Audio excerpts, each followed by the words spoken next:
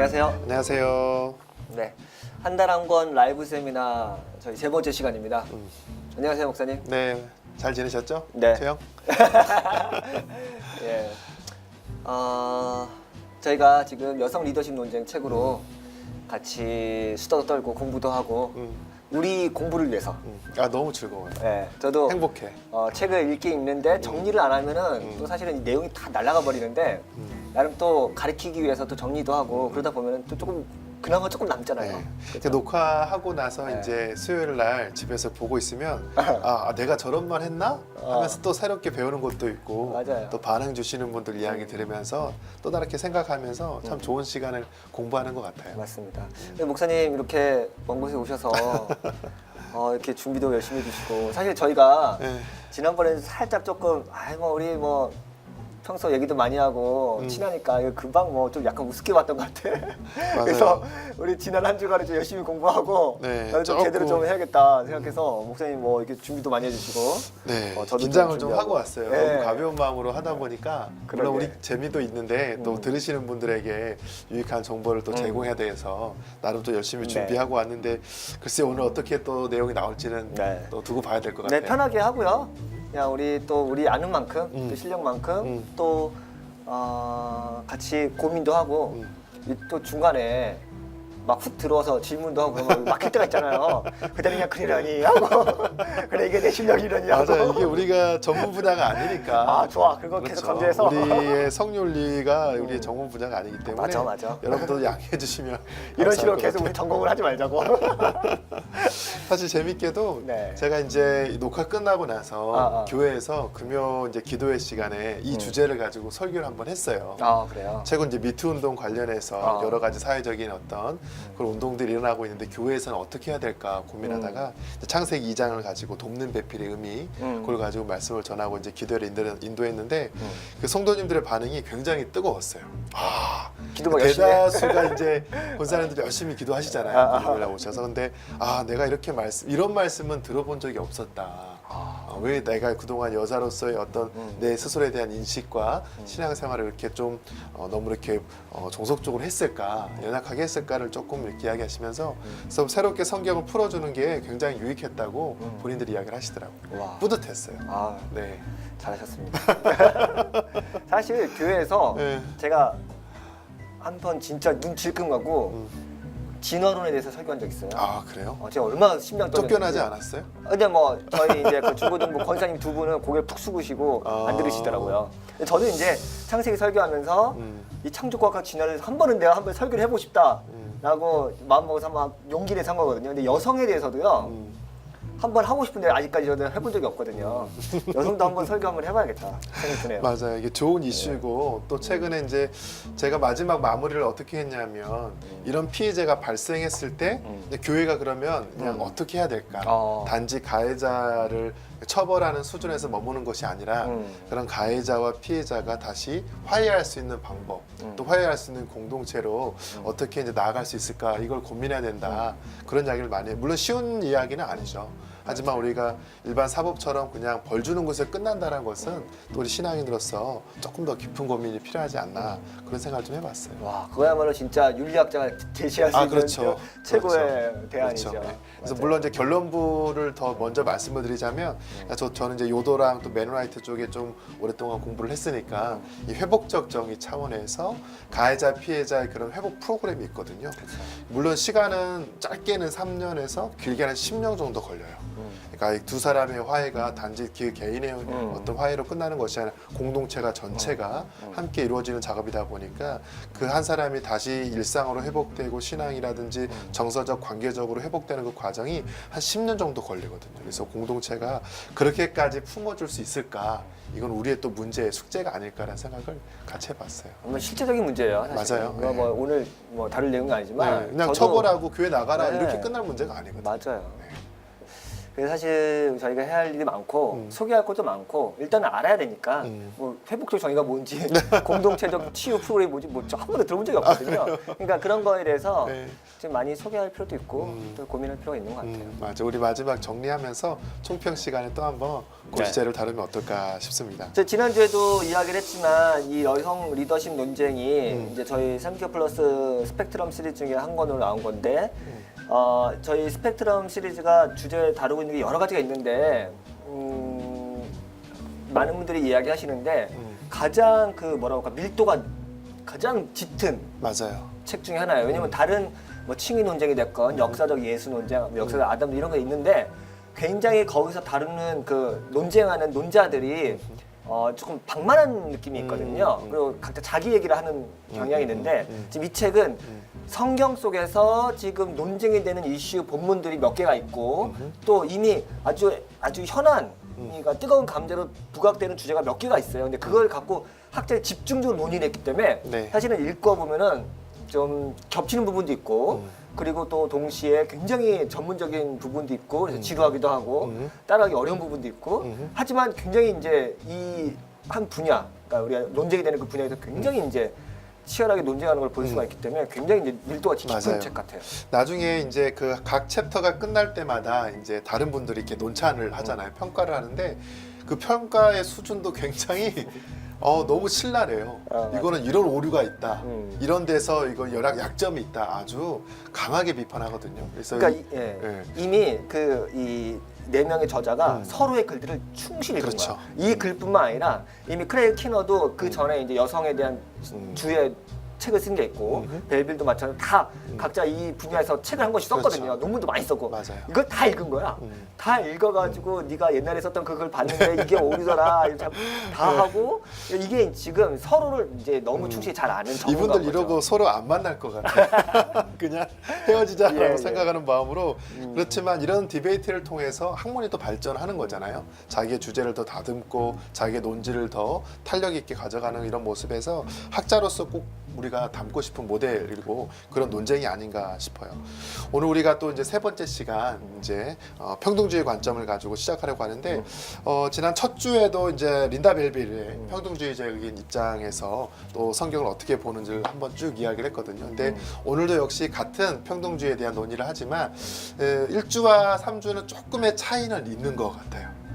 어떤 부분에서 차이가 있냐면 이제 벨빌 같은 경우는 성경의 한 텍스트를 이제 본인의 여성의 동등성과 어떤 여성의 남성의 어떤 같은 위치에서의 하나님께서 또 지으셨고 어떤 사역을 맡기셨다는 것을 이야기하는데 조금 일반화시키는 경우가 많이 있어요. 그러니까 특정한 본문을 마치 그 당시에 모든 교회와 모든 사회에서 동일하게 적용해야 될 것처럼 이렇게 이야기하는 부분이 있어서 사실 벨빌이 그 부분의 약점을 많이 이렇게 지적을 받거든요. 근데 오늘 3주차에 나오는 이제 크레이그 키너 같은 경우는 그런 여성의 동등성과 또 우위성을 강조할 때 있어서 보편적인 입장으로 접근하진 않아요. 물론 이제 그렇게도 볼 수 있겠지만 마치 뭐 디모데전서의 이야기라든지 고린도전서의 이야기를 그 교회 안에서 또 그 지역 안에서 일어난 특수한 어떤 본문의 해석이다 그렇게 보면서 어떤 보편적인 관점보다는 약간 한 발짝 후퇴해서 그렇게 자신의 논지를 펼쳐나가는 게 조금 1주와 3주의 어떤 차이점이 아닌가 그런 생각이 확실히 들었어요. 네. 1장, 2장보다 3장, 4장이 음. 훨씬 더 저는 느끼기에 설득력도 강하고 맞아요. 주장도 훨씬 탄탄하고 맞아요. 훨씬 더 이거 고수가 더 쓴 것 같다는 느낌. 1장, 2장 약간 운동가가 쓴 것 같은 느낌. 그런 너무 자기 느낌이 진영 있어요. 논리에 확고하게 자리 잡혀서 쓰는데 3, 4장 같은 경우는 네. 어느 정도 상대평을 이제 염두하고 저는 수용하면서 뭐 가더라고요. 이따가는 제가 이제 4장 소개하겠지만 개인적으로는 이 책에서 3장이 제일 마음에 들었어요. 아 그래요? 네, 제일 글 잘 쓴 것 같더라고요. 네. 예. 근데 사실은 뭐 다 좋았는데 1장, 2장, 4장 다 좋았는데 3장의 내용이 참 공감이 많이 가더라고요. 오늘 제가 이제 3장에 네. 대해서 이제 크레이그 키너의 논의를 좀 이야기하려고 네, 하는데요. 본격적으로 시작하죠. 이분의 저자를 조금 조사를 해봤습니다. 예. 어제 이제 오늘 또 영상을 이제 준비하면서 저자를 준비해봤는데 1960년대생이에요. 그리고 지금은 이제 에즈버리 신학교에서 신학학 교수로 네. 그렇게 가르치고 있고요. 이분이 좀 다년간 교수 활동을 하셨는데 뭐 지역을 가리지 않고 특히 아프리카라든지 뭐 아시아권에서도 오랫동안 그렇게 많이들 강의를 하셨더라고요. 그래서 이유가 뭘까 찾아보니까 그게 와이프죠. 이제 사모님이 아프리카 분이세요. 콩고 출신의 이민자로서 그 파리 7대학에서 박사까지 하신 분이에요. 그래서 이제 주로 인종 문제, 특히 이제 아프리카 난민이라든지 그곳의 인종 문제에 이 두 부부가 아주 깊은 연구를 많이 했고, 실제적으로 이 저자인 크레이ഗ് 키너 교수님이 목회 활동도 오랫동안 했습니다. 아프리카에서도 목회했고 미국에서도 아프리카인들 교회, 침례교회에서 다년간 그게 목회를 하면서 많은 사람들과 같이 함께 이제 머물렀던 시간들이 있었고, 그런 바탕들이 오늘 이 글에서도 많이들 들어와 있어요. 그런 약자에 대한 관점들, 억압자에 대한 관점들, 그런 인종에 대한 관점들이 많이 들어와 있다라는 것을 알 수 있고요. 이분 이제 여러 가지 책을 많이 썼는데 뭐 마태복음이라든지 뭐 사도행전이라든지 로마서 주석 같은 걸 많이 썼는데, 재밌게도 2012년에서 15년까지 이 사도행전 주석을 4권을 연속해서 출간했거든요. 그게 이제 CT에서 올해의 책으로 선정된 경우도 있습니다. 어마어마하게 두껍다. 어마어마한 두껍니다. 그래서 이분이 이런 주제를 하나 다룬다라는 게 그냥 가볍게 다루는 분이 아니구나. 비록 아티클이 하나지만 굉장히 탄탄합니다. 그럼 이게 네. 키너가 사실 우리나라 처음 소개된 거는 성경 배경 주석이라고 네. IBP에서 IBP에서. 옛날에 나온 게 있는데, 맞아요. 그때만 해도 이게 이제 해박하구나, 배경을 아는 거니까. 근데 저는 그때는 그걸로만 아는데 나중에 원서 그 목록을 보니까 책이 뭐 엄청 두꺼운 거 그냥 막 계속 쏟아내더라고요. 야, 이 속도 대단하다. 각주 달린 그 그쵸. 코멘터리가 네, 어마어마하지. 45,000개? 45,000개를 각주를 달았다라고 그 소개서에 보니까 그렇게 나와 있더라고요. 제가 어제 이제 이분 자료 찾다가 페이스북 페이지가 있어가지고 이분 페이스북 페이지 좋아요를 눌렀어요. 이 방송 꼭 보라고 한번 내가 메시지 남겨야겠네. 좋아요를 눌렀더니 보니까 최근에는 이제 게시록을 가지고 강의를 많이 하시더라고요. 티칭도 하지만 페이스북에서 한 10분, 뭐 15분짜리 이렇게 영상을 계속 꾸준히 올리면서 게시록을 이제 펼쳐나가. 아마 이게 그분의 연구 스타일인 것 같아요. 그렇게 연구하고 발표하고 또 책으로 모아서 그렇게 출판하는 게 이분의 스타일인 것 같아요. 그렇군요. 네, 그래서 오늘 굉장히 좀 흥미롭게 이 저자에 대해서 좀 살펴보았습니다. 앞으로 이 키너의 책들은 국내에 많이 소개될 거예요. 또 출간될 네, 계획이 플러스가 있죠. 이제 네. 막 잡았으니까. 그래요? 아마 많이 할 것 같아요. 그래? 언제쯤 이게 출간되나요? 기프트 앤 기버라는 책은 이제 곧 나올 거예요. 이번 주에 나올 것 같고요. 이번 주요? 네, 이번 주 출고될 것 같아요. 그 책을 가지고 또 이제 우리가 또 방송을 한번 해야 되겠네요. 예, 뭐 또 우리의 정보는 신약하게 아닙니다라고 하면서 막 그냥 우리의 막말하면 정체성이 혼돈스러워 지금. 그런 것만 해요. 네. 재밌게 하면 될 것 같아요. 네. 예. 또 이제 아까도 얘기했지만 이제 키너 입장이 사실은 재밌는 게 많아서 밑줄을 많이 걷던 것 같아요. 네네. 목사님 뭐 다 소개할 수는 없겠고 목사님이 좀 인상적으로 느꼈던 부분이나 재밌는 부분 몇 가지 소개해 주면 좋을 것 같은데요. 네. 이제 아까도 이야기했듯이 1장과 3장이 평등주의적인 관점에서 접근하는 거잖아요. 린다 벨빌은 조금 더 급진적으로 모든 본문을 보편화시켰다면, 이제 키너 교수님은 조금 한 발 후퇴해서 상대편을 좀 고려하면서 자신의 논지를 펼쳐나가는 그런 방법을 쓰고 있는데, 벨빌 교수님 했던 이야기를 약간 정리해보자면 크게 한 3가지 정도 포인트가 있는 것 같아요. 특히 첫 번째는 그 창세기 1장에서 3장까지 나오는 그 본문의 중에서 여성의 모습들, 위치를 어떻게 볼 것인가. 예를 들어서 돕는 배필의 의미를 설명할 때 당연히 이제 돕는 배필이 아래서 서브로 섬기고 종의 모습으로 섬기는 사람이냐, 벨빌 교수님 절대 그렇지 않다. 돕는다라는 게 마치 보조적인 역할이 아니라 사실 도와주는 사람이 더 우위에 있는 사람, 그렇죠. 힘 있는 사람이 도와주는 사람이죠. 거죠. 예. 그런 이야기를 많이 했고, 이 예제라는 단어가 다른 구절에서 막 쓰이는 것을 분석하면서 특히 이제 시편에서 하나님을 향한 도움을 이 예제로 표현했을 때 여성이 훨씬 더 우월적인 존재일 수도 있다라는 걸 그렇게 이제 이야기했던 거 있고요. 또 두 번째, 창조 순서. 남자가 먼저 창조되었고 그렇기 때문에 남자가 더 우위에 있다라는 그런 논지에 있어서 이 벨빌 같은 경우는 그럼 동물이 먼저 창조되었으니까 또 우리 인간보다 우월한 존재냐, 뭐 그렇게 반박을 했던 경우도 있었는데요. 또 세 번째는 이제 그 남자가 여자의 머리가 된다는 그 표현이 선악과 이후에 나오는 그 내용이다 보니까 이것은 죄의 결과다. 죄악된 세상, 어떤 질서의 왜곡, 평등관 남녀의 어떤 그런 관계성이 부정된 상태에 남자의 우위성이 강조되는 것은 죄악된 결과다라고 그렇게 이제 이야기를 했거든요. 네. 이게 좀 이제 벨빌의 약간 급진적인 그런 해석이었습니다. 네. 두 번째는 이제 사도 사도에 대한 이야기인데 사실 네. 이 책이 여성 리더십 논쟁이잖아요. 예. 그 초대 교회 안에서 여성들이 어떤 리더십을 가진 그런 위치에 있었느냐. 물론 벨빌도 그렇고 키너도 그럴 수 있다라고 이야기를 하는데 특히 이제 여성 사도의 가능성을 유니아라는 인물에서 사도행전에 나오는 그 유니아 로마서에 나오는 유니아라는 그 본문에서 그것을 해석해 나가는데 이 벨빌은 그럴 수 있다. 여성도 충분히 사도 그룹 안에 들어간다라고 이야기를 합니다. 또 세 번째 같은 경우는 이제 여성의 예언자적인 역할들, 그쵸. 구약과 신약에 쭉 이야기하면서 가르침에 있어서 여성도 남성 못지않게 많이들 활동했다. 아주 이제 예. 좀 급진적으로 해석을 많이 했어요. 그래서 나중에 논찬할 때 다른 교수님들에게도 많이 이제 비판을 받는데 이 세 번째 오늘 다루고 이제 3주차의 키너 교수님은 그런 모든 본문들을 너무 일반화시키는 것은 조금 오해 소지가 있다. 그러니까 창세기라든지 또 사도행전이나 디모데 또 전서, 고린도전서 여성에 관련된 본문들은 그 당시에 또 그 지역 교회에 또 그 당사자들 관계에서 좀 특수한 상황에서 한정적으로 일어난 것이다. 이렇게 좀 접근하는 게 키노 교수님의 조금 차이점이라고 볼 수 있을 것 같아요. 결국 네. 이제 성경 해석할 때 어떤 본문이 보편적이냐, 어떤 본문은 그 보편적인 거를 특수한 상황에 적용한 거기 때문에 약간 예외적일 수 있다. 이런 그 논쟁이 맞아요. 처음부터 끝까지 다 나오고 맞아요. 굉장히 이게 성경에서 가장 중요한 포인트고 그러니까 어떤 거를 시대 초월적인 초문화적인 보편적인 본문으로 삼을 것이냐 그리고 아니다 이거는 그 당시 그 지역 교회의 특수한 문제를 해결하기 위한 바울의 특수한 어떤 목회적 대안이었다라고 하는 이 두 가지를 맞아요. 어떻게 조율을 할 것이냐 근데 이 조율할 때 그냥 조율하는 게 아니라 그 앞뒤 맥락을 다 꼼꼼히 따져보는 게 아마 성경학자들의 아마 공무원이겠고 그 역할이겠죠. 예. 맞습니다.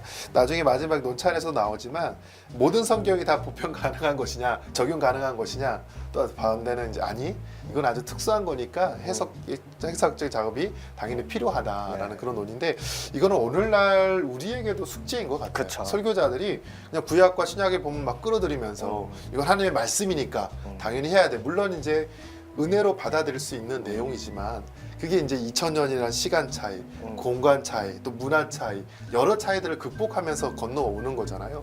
그래서 이걸 어떻게 우리가 바라봐야 될까는 여전히 우리에게도 숙제이지 않을까 싶어요. 목사님이나 저나 윤리학에 관심 많잖아요. 네네. 근데 윤리학의 어떤 가장 저는 개인적으로 어려운 것 중에 하나는 성경으로부터 윤리를 도출한다고 했을 때 쉽지 않죠. 이 어떤 본문을 그러니까 다 케이스 바이 케이스로 다 다르기 때문에 이 성경이 말씀이 이렇게 해야 돼라고 하는 그 1대1 대응 방식은 정말 나이브한 거고 맞아요. 그렇게 할 수도 없는 건데 또 어떤 건 그렇게 하거든요. 그렇게 하는 게 있고 그렇게 안 하는 게 야 이건 또 문화 차이야.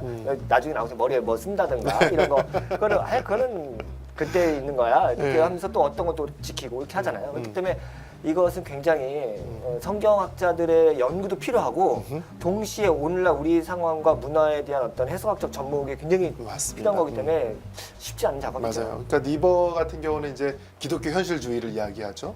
또 반대로 요도는 성서적 현실주의를 이야기하거든요. 맞아요. 그러니까 기독교 현실주의 입장에서는 당연히 이제 이 땅에서 하나님의 나라를 이뤄가는 과정에서 최종적인 이 성경의 핵심의 메시지를 가지고 있지만 그럼에도 불구하고 현실적으로 어떻게 가장 근사치적으로 접근할 수 있을까를 고민하는 거거든요. 근데 요도 같은 경우는 아니다. 하나님 말씀, 예수님의 가르침, 제자도 그냥 가면 돼. 성경의 가르침 그대로 우리도 할 수도 있어. 그런 입장에서 이 두 사이 진영이 충돌하는 거거든요. 이제 오늘날 우리 한국 교회는 조금 더 이쪽에 더 가까운 것 같아요. 성경 말씀 그대로 할 수 있어라는 입장이라면 맞아요. 조금 더 이제 진보적인 그룹에서 아니야. 그래서 한번 좀 고려할 필요가 있는 거야.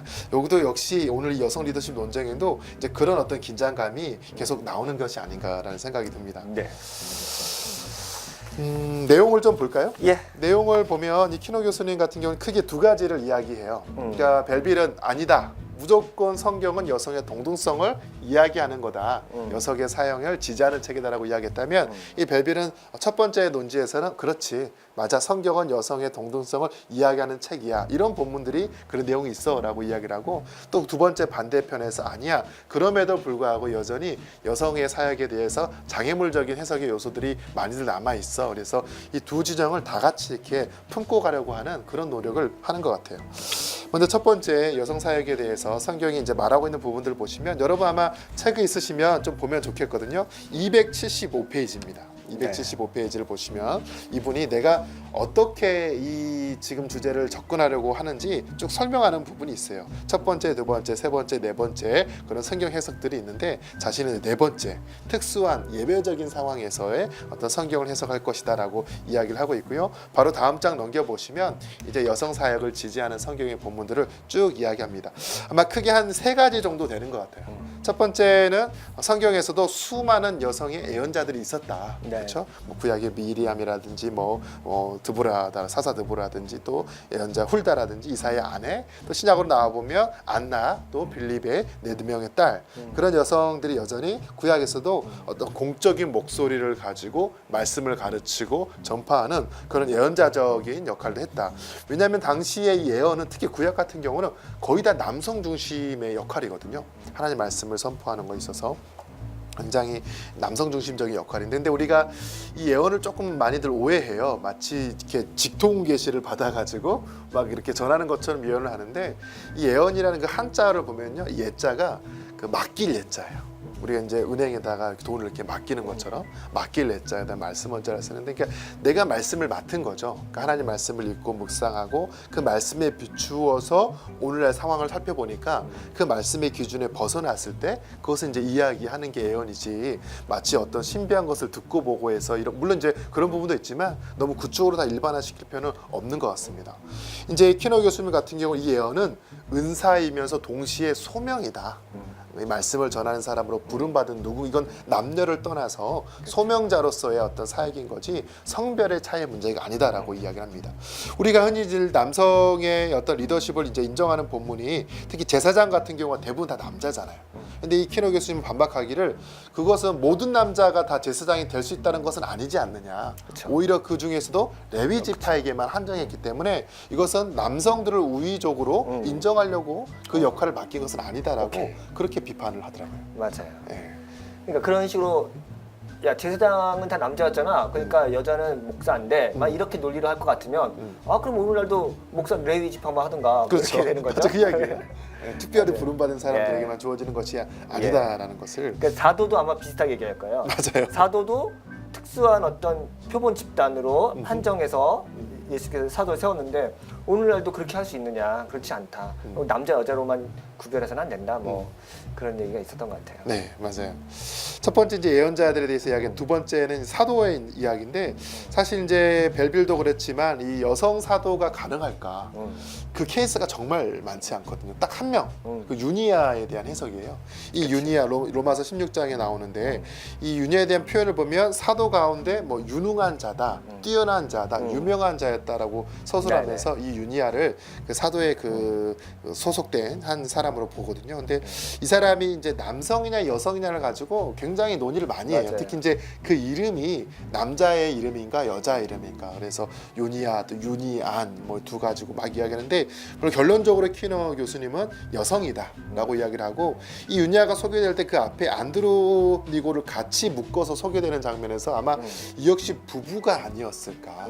보면 이제 사역자들 중에 부부가 같이 사역하는 부분 있잖아요. 브리스길라라든지 또 아굴라라든지 그렇게, 또 베드로도 그렇고 사역자들이 당시에 그 결혼한 아내들을 좀 데리고 다니는 모습들이 있었거든요. 네. 그래서 여인들이 보조적인 역할을 했던 것이 아니라 남성과 함께 부부가 같이 그렇게 사도 그룹 안에서 활동할 수 있을 충분한 가능성이 있다. 그래서 그러니까, 이 유니아도 예. 사도로서 인정할 수 있다라고. 그러니까 이야기를 이 네 명 다 그 유니아에 그렇게 집착하는 이유가 이 굉장히 중요해요. 네, 사도라는 그 네. 명칭 때문에 만약에 유니아가 여자면은 이 사도라는 그 그룹 안에 여자가 들어온 그렇죠. 거기 되기 때문에 이게 굉장히 중요한 굉장히 거죠. 중요해요. 왜냐면 네. 지금 이제 예를 들어서 장로, 감독, 사도 이거는 대부분 남자들만 이제 하고 거기 여자 이름이 들어간 적이 없는데 맞아요. 이 유니아라는 이름이 여성형 명사니까 유니아라니까 근데 이게 여자라고 한다면은 거봐라 사도에 여자 있지 않냐 이렇게 맞아요. 되니까 이게 놓칠 수 여자냐 아니냐 없어요. 갖고 이제 엄청나게 그냥 디베이트를 하는 거고 네.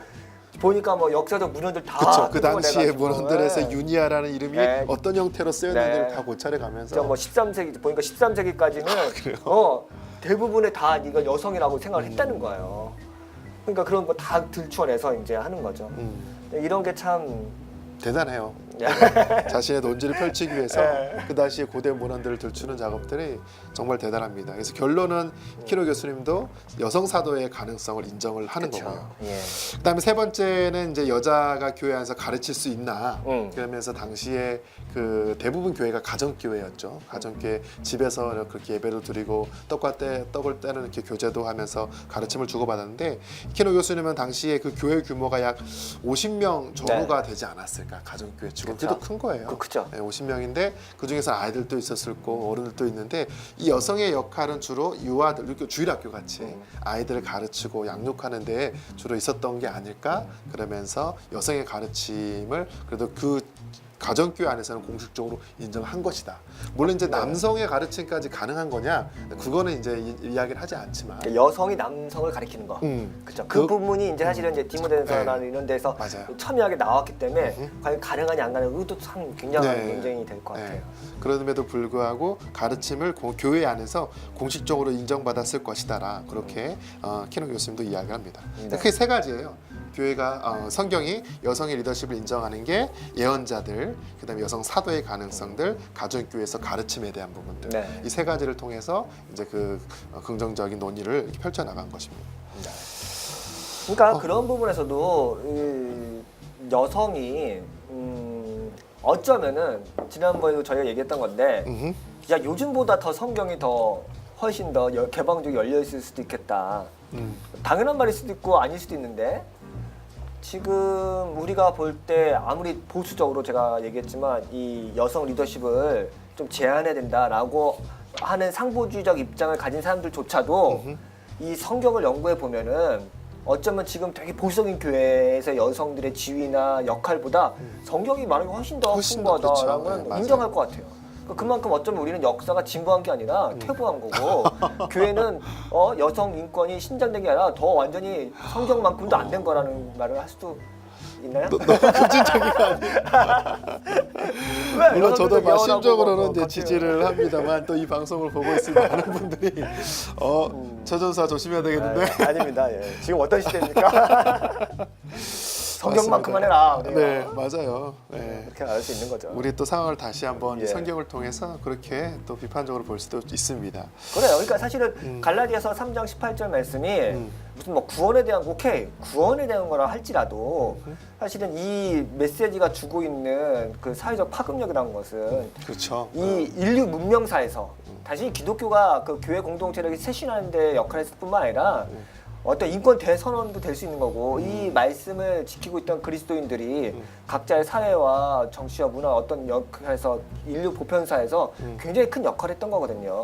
뭐 노예 해방 운동을 했던 그렇죠. 아니면 여권 신장 운동을 했던 사람들도 자신이 그리스도인이라면 갈라디 3장 18절 말씀 딱 붙잡고 거 봐라 하면서 할 수도 있었던 거거든요. 그러니까 그만큼 이거는 말씀 자체가 갖고 있는 그러니까 인류의 고전이죠. 성경이라는 게. 그런 아주 보편적인 메시지 그러면서도 인류애와 어떤 일반적인 인권 담론을 충분히 레퍼런스로 갖고 있을 만한 귀한 메시지를 담고 있기 때문에 그것이 시간이 흘러도 계속해서 써먹을 수 있는 그렇죠. 그 인류의 보고가 되는 거죠. 맞아요. 사실 그런 가치가 있는 거죠, 성경은. 맞아요. 이게 좋은 책은 해석의 다양한 가능성을 인정해주는 책인 것 같아요. 어떤 특별한 눈으로만 보게끔 성경을 해석하게 하면 그거는 뭐 당연히 퇴보할 수 없는 거고. 당연한 말이기도 한데 성경이 그러니까 여성의 인권을 굉장히 억압하고 남성 중심적 가부장제를 만들어낸 원흉이 되기도 하고요. 또 한편으로는 그거를 극복하고 비판하고 다시 여성 해방을 일으키는 어떤 하나의 또 증거점의 텍스트로 쓸 수 있거든요. 노예방도 마찬가지고요. 우리 모든 교권주의를 만드는 장본이기도 하고 동시에 그 교권주의를 파괴하고 혁신하는 루터와 같은 사람이 로마서 1장 17절 말씀 읽고 그걸로 교회를 개혁할 수 있는 어떤 게 되는 거죠. 그러니까 굉장히 두 얼굴이네요. 성경이. 아무튼 어떻게 사용하는 그만큼 사실은 성경이라는 게 맞아요. 엄청난 에너지를 갖고 있다고 생각해요. 저는. 이 키노도 이제 앞에 전반부에서는 여성 사역의 어떤 가능성을 인정하는 내용을 쭉 이야기하다가 또 후반부로 들어오면은 아니 오히려 또 반대로 성경이 여성 사역을 이렇게 억압하고 또 이렇게 종속적인 입장에서 바라볼 수 있는 그런 구절들의 가능성을 역시 인정하거든요. 그죠, 그걸 인정하는 거예요. 인정해요. 저 그것도 너무 재밌었어. 맞다, 이거 여성 순종하라고 한 거 맞다, 조용히 하는 거 맞다. 내가 그 부인하지 않는 그런 얘기하잖아요. 맞아요. 벨기라고 정말 결정적인 차이가. 완전 바로 이 뜨끔했어요, 부분이에요. 또. 네. 재밌더라고요. 그런데도 이제 앞서 이야기했듯이 이 사람의 해석의 전제는 그런 본문들조차도 보편적으로 적용해서는 안 된다. 그렇죠. 여성의 네. 사역을 인정하는 본문도 그쵸. 그 지역과 교회 특수성이라면 여성 여성 사역을 억압했던 것도 그쵸. 그 지역과 교회의 어떤 특수성이다라고 그렇게 이야기를 하더라고요. 맞습니다. 그게 한 두 가지 정도로 네. 볼 수 있을 텐데 첫 번째는 뭐냐면 여성들이 교회에서 이제 머리 네. 가리개를 씌우는 거에 대한 그런 이야기를 나누는데 저도 몰랐는데 그게 5번이나 등장한다고 나오더라고요. 예. 우리가 여러분 책 300페이지를 보면 나오거든요. 그 내용이 300페이지를 보시면 로마서 16장, 또 고린도서 16장, 고린도서 13장, 또 데살로니가전서 5장, 또 베드로전서 보면 5번이나 반복해서 네. 여인들에게 이제 머리를 쓸 것을, 가리개를 쓸 것을 그것을 이제 이야기하는. 이것을 이제 키너 교수님 어떻게 해석했냐면 그것은 그 당시의 문화적인 하나의 표현이다. 네. 그럼 자기 이제 경험을 가지고 이야기해요. 본인이 아까도 이야기했듯이 이제 아프리카에서 많이 그 사역을 했거든요. 티칭을 많이 했어요. 자기 이제 와이프가 그쪽 출신이니까. 그래서 거길 갔더니 여인들이 학생들이 그렇게 머리를 뭐 쓰고 이렇게 온다라는 거예요. 그게 이제 뭐 여성에 대한 억압의 도구가 아니라 어떤 정숙함, 여성으로서의 어떤 그런 사회와 문화가 만들어 놓은 어떤 그 틀 안에서 그들의 나름의 전통을 지키려고 하는 그런 모습이었다. 그래서 거기서 착안해서 성경 본문도 마찬가지. 이거는 그 시대의 어떤 문화의 산물인 것이지 그것을 어떤 여성 억압하려고 하는 것은 아니다. 그렇게 이제 해석을 네. 합니다. 네. 맞아요. 그러면서 여기 이제 거룩한 이맞춤 얘기도 나오고. 맞아요. 네.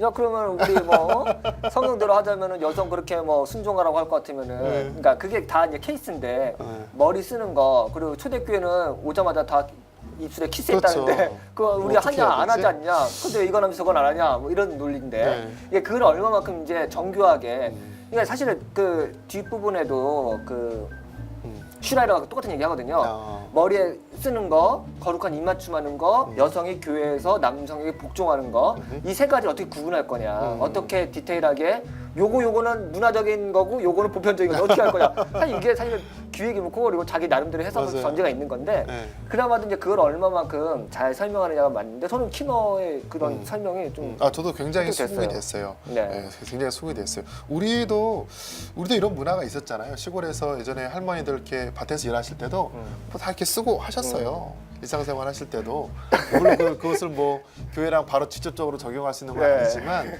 어떤 하나의 문화적인 산물 네. 이렇게 볼 수 있지 않을까? 저는 이제 이 본문을 읽다가 어릴 때 할머니 그 모습이 갑자기 떠올랐어요. 밭에서 일하실 때 그 모습. 그럼 밀짚 모자 아닌가? 햇빛 가리개인가? 네. 아무튼 그다음에 두 번째 이제 고린도전서 14장에 보면 네. 여인들에게 침묵할 것을 예. 이제 이야기하는 본문이 있잖아요. 벨빌 같은 경우는 이 본문을 어떻게 해석하냐면 그런 공적인 예배라든지 공적인 가르침에서 여인들이 자꾸 이렇게 질문하니까. 그쵸. 왜냐하면 여성들의 그 교육의 기회가 그쵸. 13세를 전후로 이제 거의 주어지지 않았기 때문에 특히 또 토라라든지 말씀을 암송할 수 있는 기회조차 허락되지 않았다라고 이야기를 하더라고요. 그래서 성인이 돼서 교회 왔더니 말씀을 들으면 너무 궁금한 게 많으니까 그쵸. 막 서로 이렇게 질문을 했고 특히 그 당시에 여인들이 이렇게 질문하는 것, 특히 공개적으로 질문하는 것은 굉장히 부끄러운 그쵸. 것이었다라고 그렇게 설명을 이렇게 네. 하더라고요.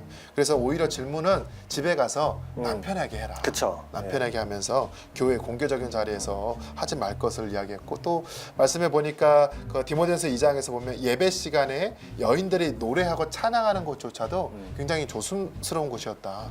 그러니까 그렇게 이야기를 하더라고요. 제가 여기 307쪽에 네. 너무 진짜 통쾌했던 게 그 이렇게 내요. 307쪽 그 중간에 보니까 이런 말이 있어요. 남편이 교육의 기회를 덜 가진 아내를 위해서 개인 지도를 제공해야 한다고 생각하는 사람들은 굉장히 진보적인 그 당시에도 소수였다는 거예요. 근데 그렇죠.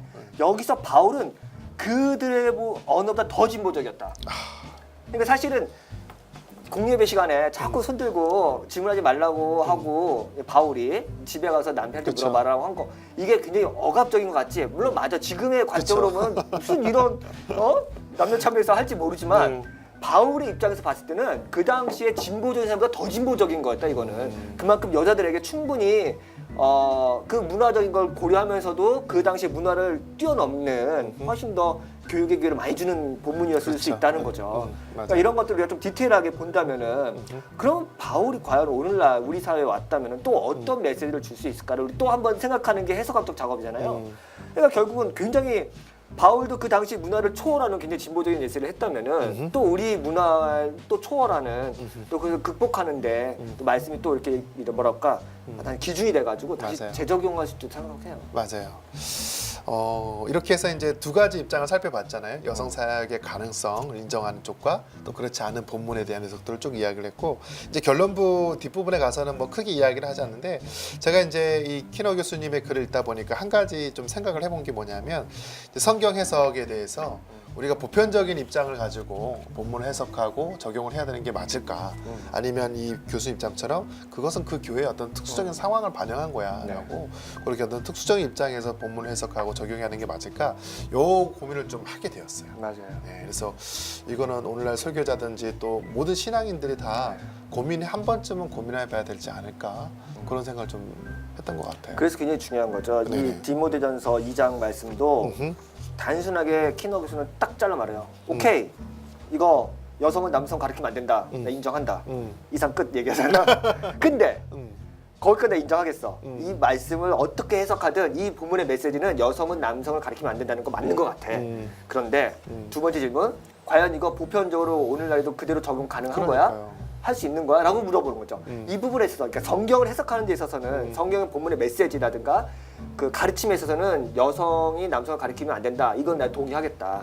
어떻게 이거를 막 더 막 과하게 오버하게 해석해가지고 그런 거 아니거든. 이렇게 변명할 거 아니다. 나 그렇게 하고 싶지 않다.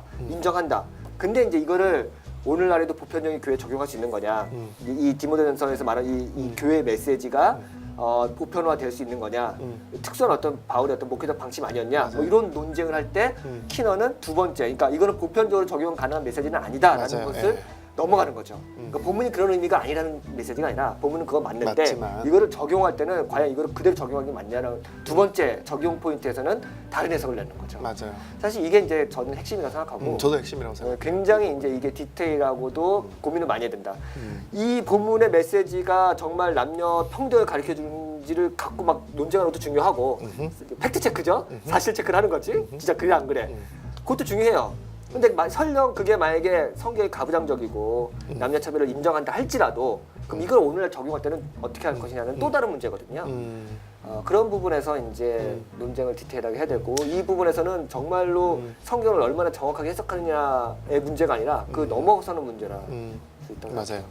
그에 이제 반대 진영에 있던, 우리가 지난주 살펴봤던 블룸버그도 이런 이제 바울의 그런 구약의 본문을 가지고 하와가 뭐 나중에 지음 받았다든지 그가 아담의 어떤 종속적인 역할이었다라는 어떤 그런 구약의 본문을 가지고 이 키너 교수님이 약간 창조적인 어떤 해석을 하는 거에 대해서 굉장히 좀 이렇게 좋게 평가를 해줬어요. 반대 진영에서조차도.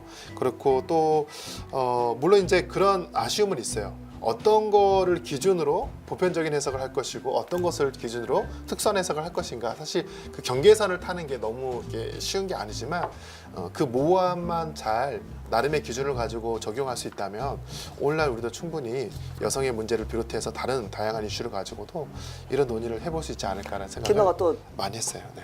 사이다 발언을 한번 하는 게 더 있는데 네네. 몇 페이지인가요? 313쪽에 313페이지.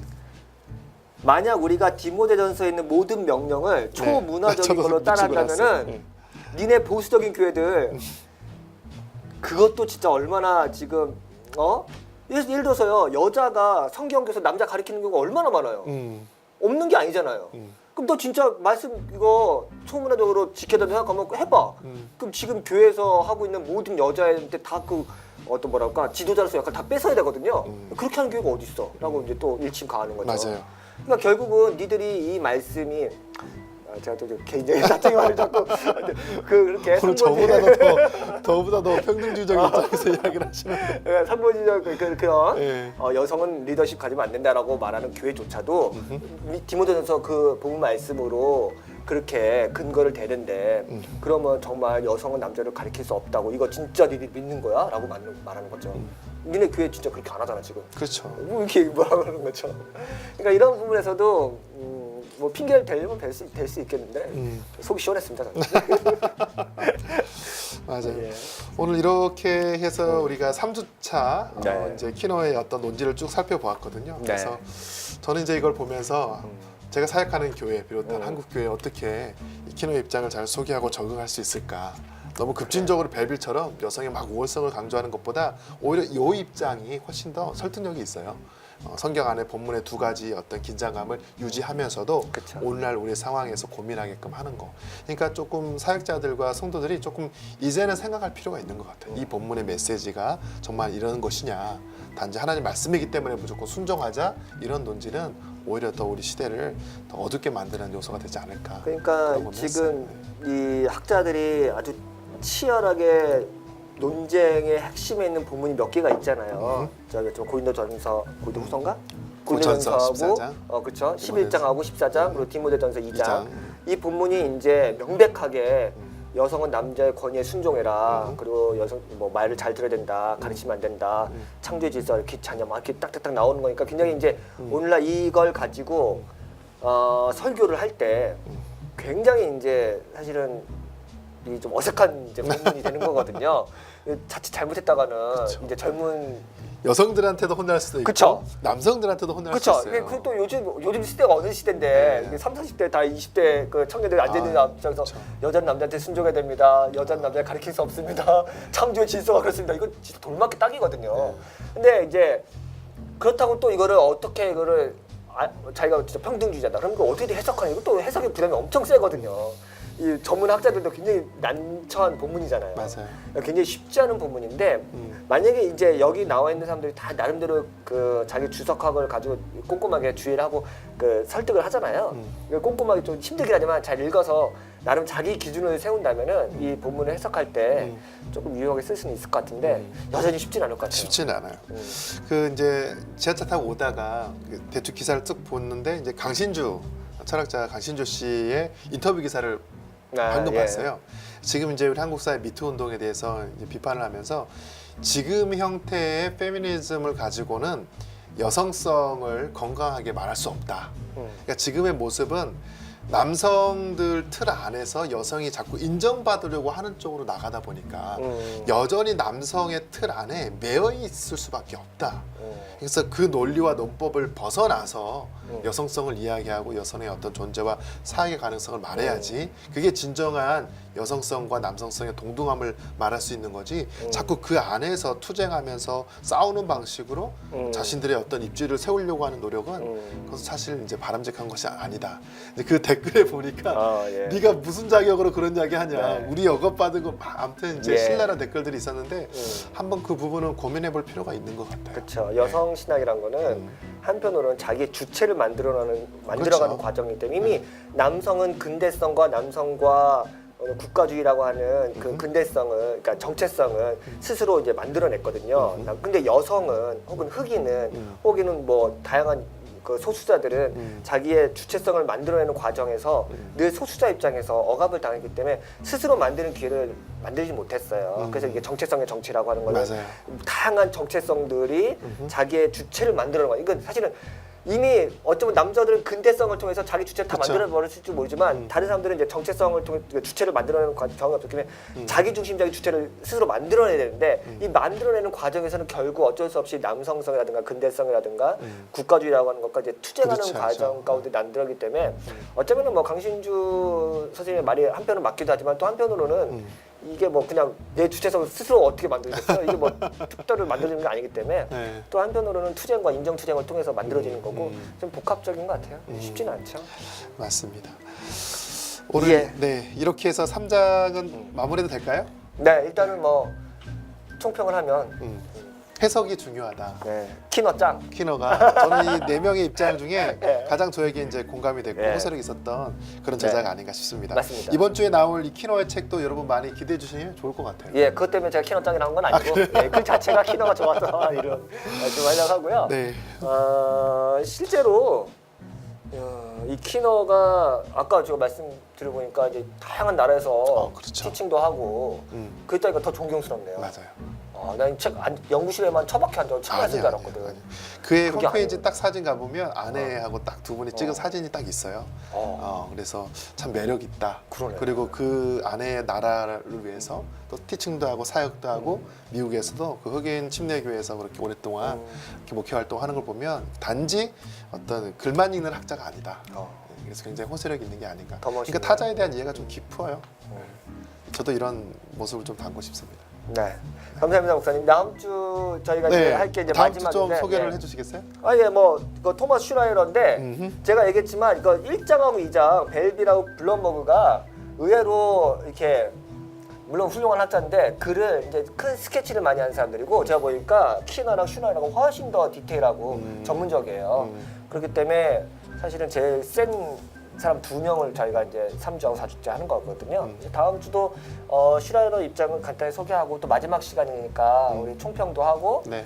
또 여성 리더십 논쟁 이 책이 또 우리 한국교회와 또 지금 우리 기독교계에 어떻게 영향을 미치고 또 어떻게 또 쇄신을 해야 되는지 좀 다양한 이야기 했으면 좋겠습니다. 네네. 감사합니다. 감사합니다. 여러분 다음 주에 여러분, 봬요. 네, 감사합니다.